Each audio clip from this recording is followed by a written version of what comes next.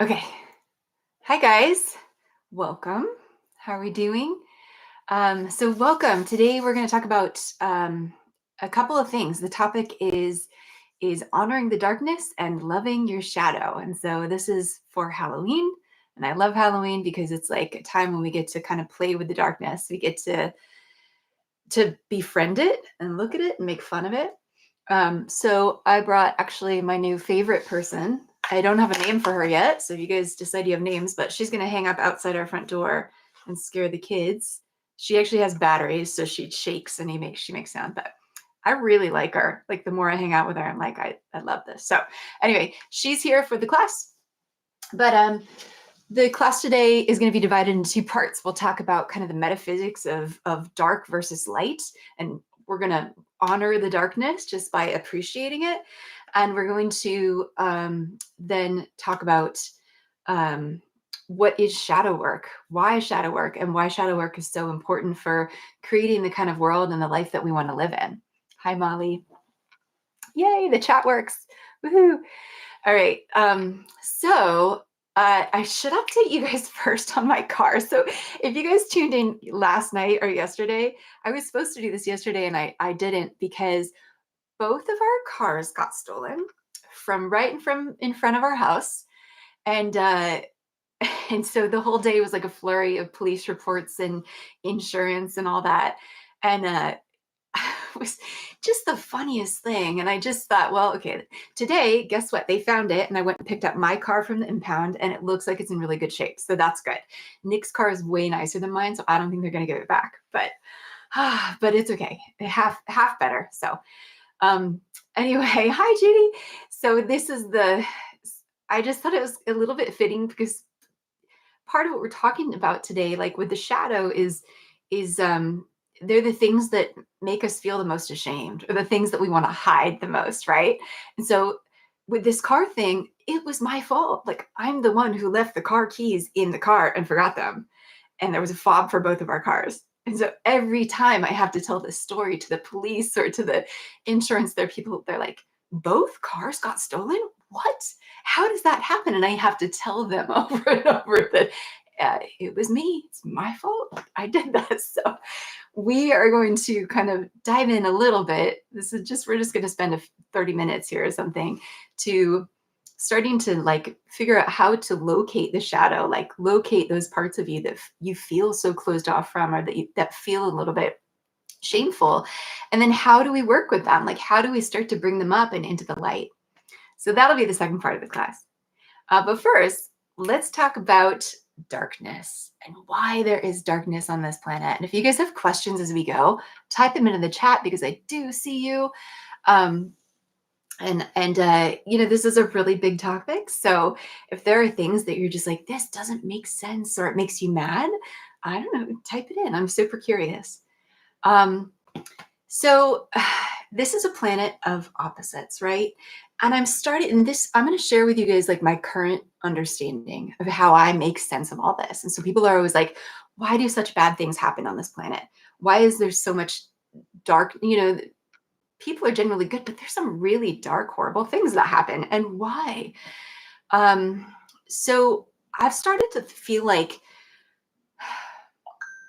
oops, let's turn that off. I'm so sorry. It's kind of like Sesame Street opposites, right? So this is a planet of opposites, positive, negative, light and dark, yin and yang. And we need them both, like dark and light and shadow. We need both of those things. Like we can't have light without shadow. We can't have light without dark. The contrast is what I've started to feel like. The contrast is what actually creates the charge, almost like a battery. In a battery, there's a positive end and there's a negative end. And that charge is what allows for like the flow of energy. And it's what allows for this third dimensional reality that we live in, where we can see, feel, and touch, right? That's what allows for this to exist. So in Hinduism, Hindus think of this reality that we live in, they call it the Maya. And Maya means illusion. So they've always known that what we're doing here, this is all an illusion. And really, this is supposed to be like a game that we're playing, like a 3D interactive, immersive game that we're playing. It's just that we've forgotten that it's a game. Let's see. So in the end, I think the point I wanted to bring home was the yin or the yang, excuse me, or the negative charge is not bad. You can think of the yin or the positive, the feminine charge as almost like the river, like the water within a river, and the yang, the negative charge, almost like the banks. You can't have a river flowing if there's no banks on a river. You just have like a blob of water. It's the banks that give the river direction and flow, right? And so this was the original intention of light and dark, um, of light and dark. The dark gives meaning, purpose, boundaries, a container. It's a container for the light. Okay. Does that make sense? Hi, Kim. All right. So let me know if that doesn't make sense. I'm looking at my notes. So yeah, light cannot exist without shadow. So I just want to take a minute to, I think as light workers, especially, people are talking, oh, it's like in love and light, with love and light. One of my favorite teachers, she always signs her emails in light and dark. And I kind of appreciate that. I kind of feel like what we're looking for, because right now this world is out of balance, and we're going to talk about that. But what we're looking for is a balance of yin and yang, light and dark. Okay.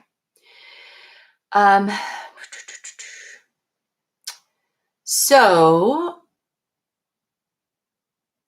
and this is an interesting thing to think about. Like, I don't know if any of you have read Neil Donald Walsh's Conversation with God book.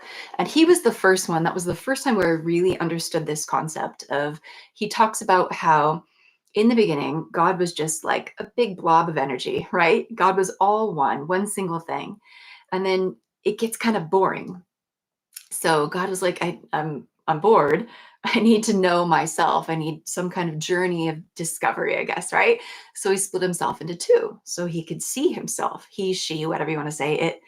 And then that splitting just continued and continued and continued in a kind of this fractalizing way. And so here we are. And here we are. Each individual one of us is like a fractal of source, of God, source consciousness. So if you think about it, if we were all one, if we went back to being one, it'd be kind of boring, right? Without light and dark, without contrast, without opposites, without movement, we wouldn't have relationships. We wouldn't know anything about compassion because there'd be no need for it. We wouldn't know anything about empathy or love for another or heartbreak or longing, which means we wouldn't have some of the best art. We wouldn't have any of those great breakup songs. We wouldn't have music. We wouldn't have irony, which means we wouldn't have humor or stand-up comedy. So it's the contrast and the polarity that really, again, it's like the battery that allows for this incredible dynamic world that we live in. Okay. So next question here. You might think it sounds kind of like I'm saying, so does that mean like things like war and poverty and extreme political polarity and social division are all okay, and that we should just accept these things and it's fine, it's just how it is? And I would say, no, definitely not. That's not at all what I'm saying. Um, if any of you have ever heard of someone named Matthias DeStefano, he's an incredible speaker. I love his perspective on things, on the world, on the universe, on topics like this. He's really the expert. But I was listening to a podcast with him the other day, and he said this. He said about the kind of the extreme negative polarity that we see in the world right now. He said, when we look at contrast from the perspective of lack, from the perspective of maybe forgetting that this is all a game, that this reality is not real, it causes, it breeds a deeper polarity with much more extreme negative. If we can look at contrast and polarity from the perspective that this is all an illusion, that this is Maya, that this is a game we're playing, and that all of it is lovable and all of it is okay, it brings the polarity a little bit more back to the center so that nothing feels quite so desperate. Nothing feels quite so so difficult anymore, right? We won't have the murder or we won't have poverty. We don't need to have those things to have this third dimensional incredible experience. And I think it feels to me like right now what's happening, and you guys can comment on this, um, that this is where we're headed right now. What we're trying to learn is how to remember to be in this third dimensional reality, while at the same time knowing that it's a game, that this is all just for fun. Okay. That we are, honestly, we are this massive soul in this very temporary human body. So, all right. Um, so part part two, loving your shadow. Okay, so the question is, if we don't want war and fighting and poverty on this planet anymore, how do we stop it? And so the answer to that, my answer to that as an energy healer, you could go political or you could go personal. And to me, the answer is, address the war within yourself, address your own poverty, merge your own polarity. And so that brings us to the practice of shadow work. And what is shadow work? Okay.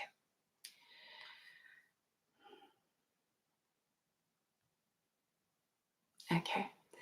So this is from Google AI. I'm kind of loving Google AI these days. Google says shadow work is a process of exploring and acknowledging parts of yourself that you've repressed or ignored. The goal is to bring these parts into the light and integrate them into your whole self. The term shadow self was first used by psychoanalyst Carl Jung to describe the parts of ourselves that we repress or don't like to acknowledge. Jung believed that the shadow self is an integral part of a person's experience of the world and their relationships. So I couldn't agree more. I'm going to turn on my heat really quick, so hang on there.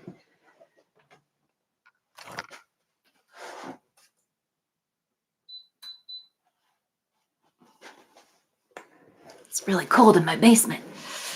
Okay. So, hope you guys are with me. All right. Okay.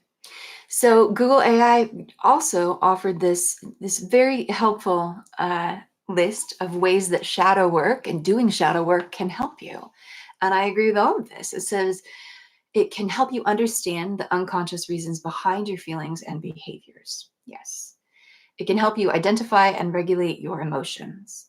It can improve your self-esteem and self-acceptance because we're no longer pushing against those part of ourselves that we're afraid of or that we're keeping in the dark, right? We've brought all of us into the light. It can help you learn healthier coping mechanisms. Yes. It can help you feel the following: more authenticity, more creativity, more energy. It can give you a sense of awakening and internal strength. So I agree with all of that. Thank you, Google AI.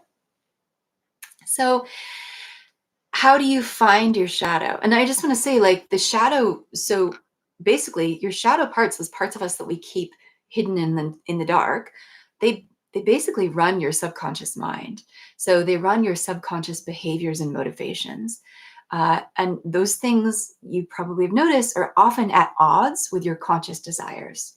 So that's where I'm talking about, like, the war within you, right? How do your subconscious kind of motivations and behaviors and desires, how are they at war with the things that you consciously want? And so this process is really about merging those two and bringing the things that are unconscious into the light. All right. So how do you find your shadow? So we're going to dive into some thoughts that you might have about yourself that make you uncomfortable, but we're going to have fun with it. I want you to remember a couple things that I think that a lot of us, yeah, I think I said this in the beginning, but a lot of us walk around thinking that what's inside of us, we don't want to do the shadow work. We don't want to go inside of us because we think that it's going to be so terrible. 99% of the time, there's really very little there. There's the reasons for worrying that you're not good enough or not lovable are very flimsy. And it really just takes diving in and looking at those things to realize how flimsy those reasons are and the fears are. It's kind of like, I'm going to grab my Broomhilda. What do we want to call her? Like, kind of want to call her like Pamela or something. Like I want to go to coffee with her, just have her over for tea. But there's nothing under here. It's flimsy. She's all for show. There's nothing there. And sometimes that's how I feel about our shadow, about the dark stuff. It's so much lighter than we actually think it is. So that's what we're going to work with today. So I want you to know that all of you is lovable. The dark stuff, the messy stuff, the difficult stuff, all of you deserves a place in the whole. And when you bring all of you into the light, you discover so many more gifts and talents and resources, emotional resources that you just didn't even know you had, right? So grab a pen and paper if you have one close by. If there isn't one close by, or if it's not the right time for it, just go deep into your body and into your mind and into your awareness. And in fact, before we do this, I just want you to close your eyes for a moment, unless you're driving or at work, pretending to work, right? Close your eyes and take a really big breath in and a big, long exhale. Okay. And I want you to write down one negative thought or worry that you often have about yourself. Don't think about it too much. We're going to really rely on our intuition, which is quick, right? We're going to start to get in touch with our higher self and our full body kind of knowing. And that's not just your brain activity. That's not just your mind. Okay, so write down one negative thought that you have about yourself or that you worry other people have about you. Write down something that you fear other people judge you for. What is it? And feel free, guys, to type this into the chat. I know this is kind of sensitive in that some of these things bring up shame, and you might not want to put it in the chat, but you can. I'd be curious. Sometimes it feels good to share. Okay. Write down a bad habit or an addiction that you have. And it could be, a little thing from biting your nails all the way to, I can't put down the crack pipe or whatever. I'm sure none of you on here are having that problem, but you might be. Okay. Write down one ache, pain, or affliction that you have in your body. So what's an ache, pain, or affliction that you have in your body? Think of a situation where you feel like you're not enough, where you continually feel like you're not measuring up.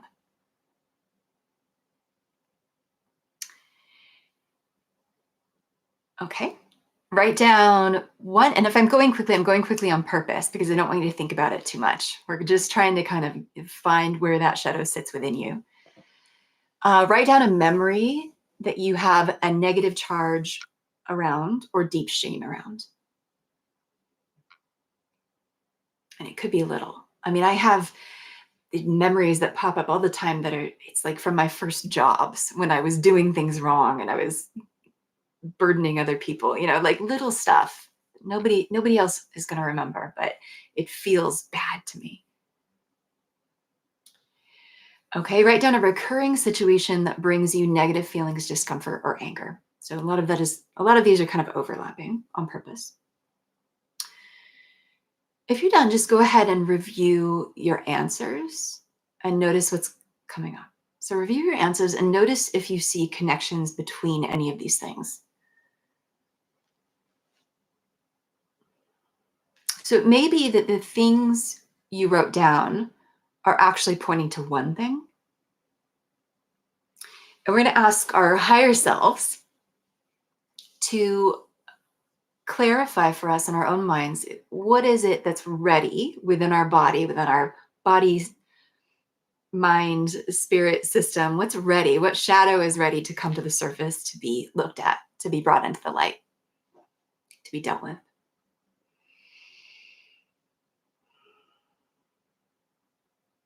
Okay.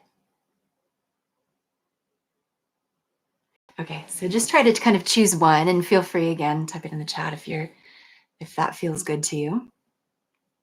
Okay. And then I want you to close your eyes if you can. And if you can't right now, you can always come back to this recording. But try to feel your body and notice where the sensation is in your body. And so today we're really going to stay with sensation, and we're going to allow our bodies to be a part of this. So your body is amazing. It holds on to things for you from when you were little, so that now that you're big, you can still feel that sensation and deal with the thing, the original thing that created that trauma. So I want you to allow the sensation to begin to talk to you a bit. And wherever it is, maybe it's your shoulder, maybe it's your chest, maybe it's in your belly. I would say belly and chest are pretty normal. And I'm going to tune in and kind of see what I can feel from you guys. I'm having an interesting sensation over here on my right, like in the liver area. If any of you are feeling that. But have a sense that as you breathe, you can actually send your breath into that space. So it's almost like your lungs, if your lungs were behind, if you're feeling, let's say you're really feeling this spot, imagine your lungs are behind that. And I want you to put your hand there and just feel the warmth of your hand. Okay. And you can sit with this for as long as you want, but I'll keep moving through the script, okay? And you can always come back to this. Okay. So know that this sensation is just representing a part of you. It's not all of you. It's not the true you. It's just a part of you. So breathe into that part of you that's causing this sensation. So I've been doing a little bit more work with, it's called internal family systems, and Richard Schwartz, and he really is masterful with this, but it very much relates to energy healing. So I won't go too deeply into that, but internal family systems, if this what we're doing here interests you, is a great place to look for more. So know that your parts, you have lots of different parts within you. You've got the inner child, which often comes up in my sessions. You've got your higher self, which always comes up in my sessions. But you also have just lots of little wounded parts. And it's like these parts partition themselves off. It's almost like when there's a trauma, let's say if you have a trauma when you're 6, you partition yourself off, part of you off at 6, and there's part of you that's still reliving that trauma if it hasn't been dealt with, living in your body. And unfortunately, it still has the coping mechanisms of a 6-year-old. There will be more parts of you that come in to protect that little 6-year-old, right? And so usually when we're doing this work, we're working first with the protectors. The protectors are the parts of us that usually are in charge of the negative body sensations. They're usually in charge of some of our worst habits. We can call them our inner demons, right? That's fitting for Halloween, because they're usually the parts of us that drive us toward eating that pint of ice cream when you really know your body needs broccoli, or drive you toward, shopping to your over your credit limit when you should have stopped a while back. Um, so usually we're going to be talking to those inner demons, or those protective parts that are protecting the more vulnerable parts underneath. Okay, so I want you to go to this part wherever it is in your body. Feel that sensation and ask your body if there's a belief attached to that feeling, or ask this part if there's a belief attached to the sensation in your body. And then breathe into it and just wait.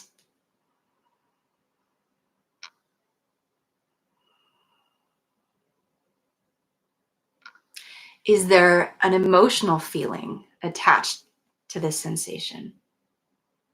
And that's probably more important. So is there an emotional feeling attached to the sensation?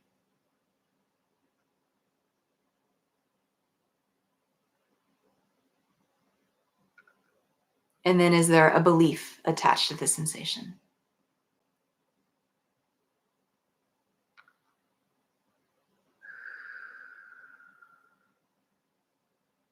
And if you're getting information, that's great. Write it down, because you might be really impressed with it later. If you're not getting information, just sit with the sensation and watch how it moves. I want you to assure this sensation, this part of you causing this sensation, that it's loved and that it's cared for and that you appreciate it and that you're here to learn more about it. Often that's all our parts want in order to kind of let go of their really extreme behaviors and addictions or negative beliefs or critical voices, right? Often all those parts want is to be seen and heard and believed and loved and welcomed back into the light. And then they'll give up their really negative behaviors, right? So notice what you're getting. Write it down for yourself. Okay. Ask your body, this part, or just ask yourself, are you aware of ways that this belief or this feeling might cause you to act in the external world? Does it cause you to act in ways that you don't consciously agree with or like or want to continue?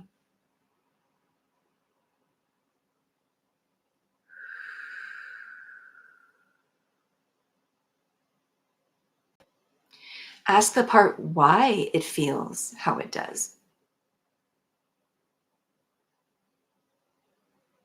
Okay, and then ask it what would happen if this part didn't cause you to have this negative feeling, sensation, belief, or habit? What would happen if it let go of these behaviors, sensations, beliefs, habits? What's it scared of?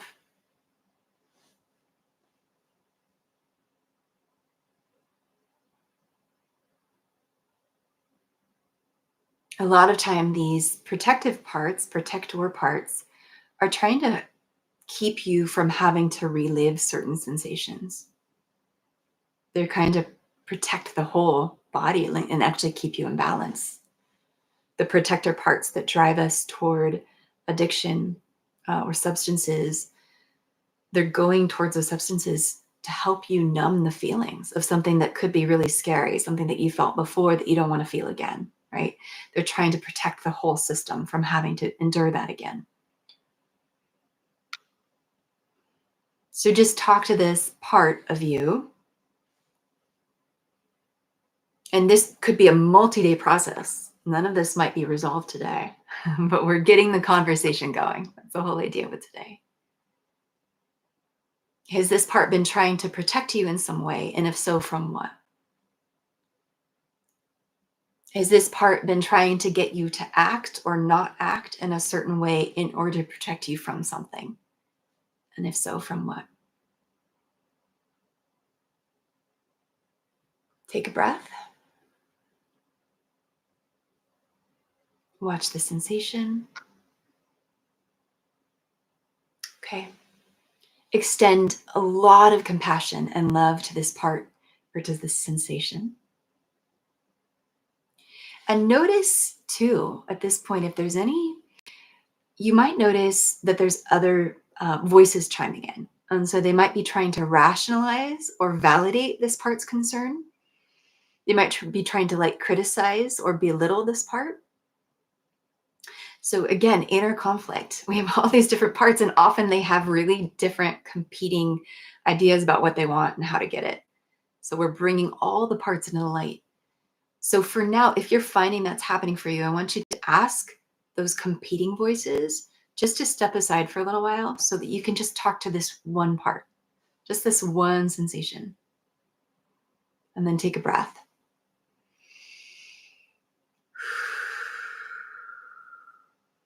Okay. And then ask this part if there's more that it would like to tell you. Is there more that it wants you to know?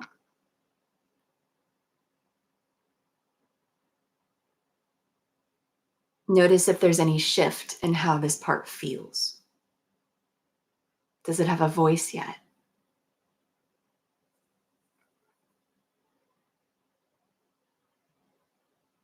Okay.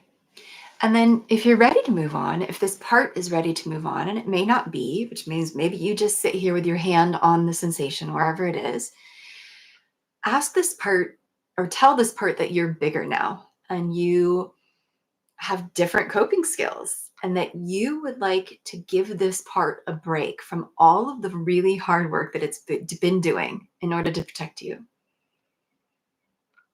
Thank it for the work it's been doing, appreciate it, love it, and then tell it you're ready to give it a break and see if it would like to have a break.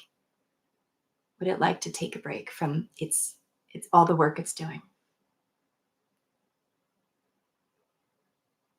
Now notice again what's happening with the sensation. Notice if it's resolving or changing.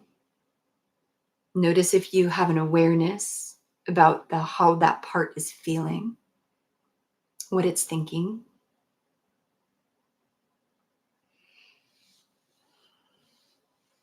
Good. And then ask that part if it's ready to move back into the light. And let's do this together. So I want you to close your eyes if they're not already. But I want you to imagine that from above your head, at the seventh chakra, at the crown, there's an orb of incredibly beautiful, glowing white light. Take a breath into that. If your body is willing, and notice you can watch, you can pick up information about this too. If your body is willing, I want you to invite that light down through your body. This is the light of your own soul. This is your own light. I want you to allow that light to come down through your head, through your throat. Follow it as it moves down through your upper belly, or through your heart and your upper belly. And allow that light to go to wherever it is, like wherever this sensation that you're feeling, chest, belly, right knee, big toe, doesn't matter. Wherever you were working, where you've been working, I want you to allow that light to go there. And notice, sense, feel, is your body wanting to receive that light? Is this part wanting to receive that light? Is this part wanting to reintegrate into that light? Is this part asking for another job? Maybe it wants to stay employed, but maybe the job is a little bit different, the job description. What happens? Good. All right. And so you might have to come back to this exercise that we just did over and over again on this one part. Maybe you want to do it on a different part every day. But the basic idea is that when you notice yourself reacting or being triggered, just take a pause and let yourself get curious. Be curious. Turn your attention in. Notice the sensation in your body and then extend your self-love and compassion. Okay. And then if you'd like to go through these same steps of steps of seeing if you can have a conversation with this part, wherever it is, wherever the sensation is, see if you can have a conversation with it and find out what its motivations are, what its fears are, what its desires are. And then ask it to come back into the light and to be filled with light. So that is pretty much it for today. I hope that sums it up. I want to leave you guys with a quote. This is from someone named Og Mandino. And I love this. He says, "I will love the light, for it shows me the way. Yet I will endure the darkness because it shows me the stars." So love your shadow, honor the light. And for me and Pamela, have a great Halloween. And thank you all so much. Signing off. Thanks, guys. See you later.